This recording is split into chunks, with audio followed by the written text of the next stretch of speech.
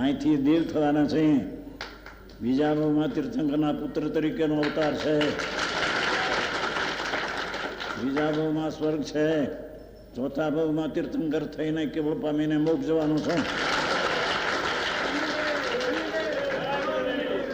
આ ભાઈએ પૂછ્યું, અરે મારે શેઠે પૂછ્યું એટલે જવાબ આપી છે.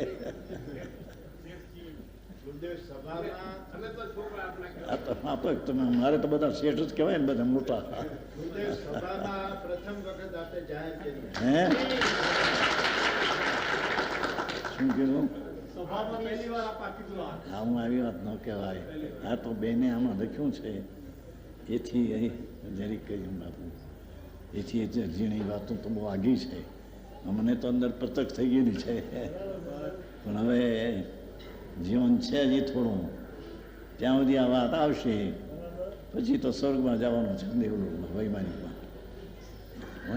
વૈમાનિક દેવ છે. દેવ ચાર છે.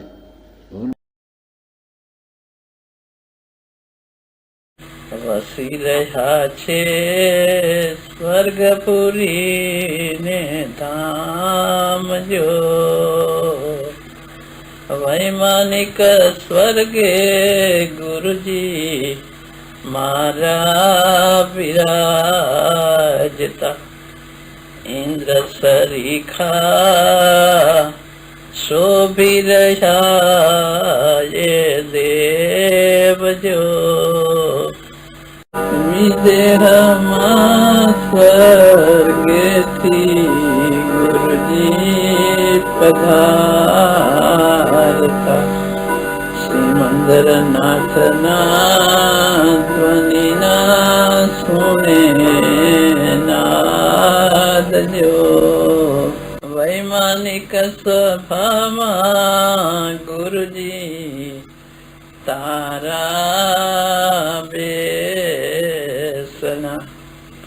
પ્રભુ દર્શને ભક્તિ ભરાય નાજો,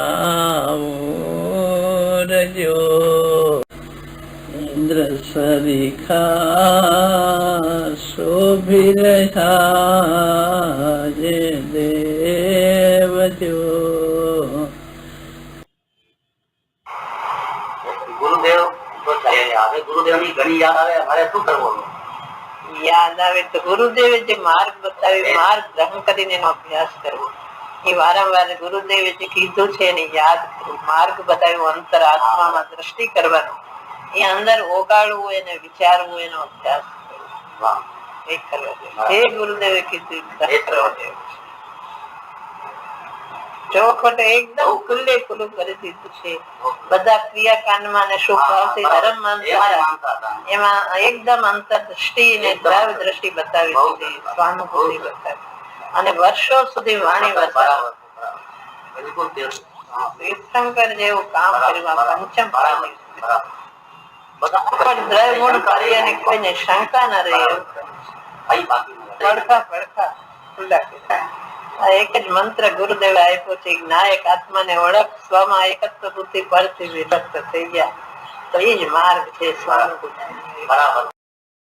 મિથ્યાત્વ ભાવે મુઠ થઈ નિજ તત્વ નહીં જાણ્યું. અરે આપી ક્ષમાએ દોષની આ પરિભ્રમણ ટાળો. હવે સમ્યકત્વ આદિક ધર્મ પામું, તુજ ચરણ આશ્રય વડે. જય જય થજો પ્રભુ આપનો સૌ, ભક્ત શાસન નાથ હૈ.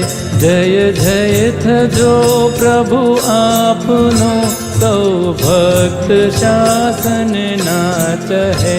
જય જય થજો પ્રભુ આપનો સૌ, ભક્ત શાસન નાથ હૈ.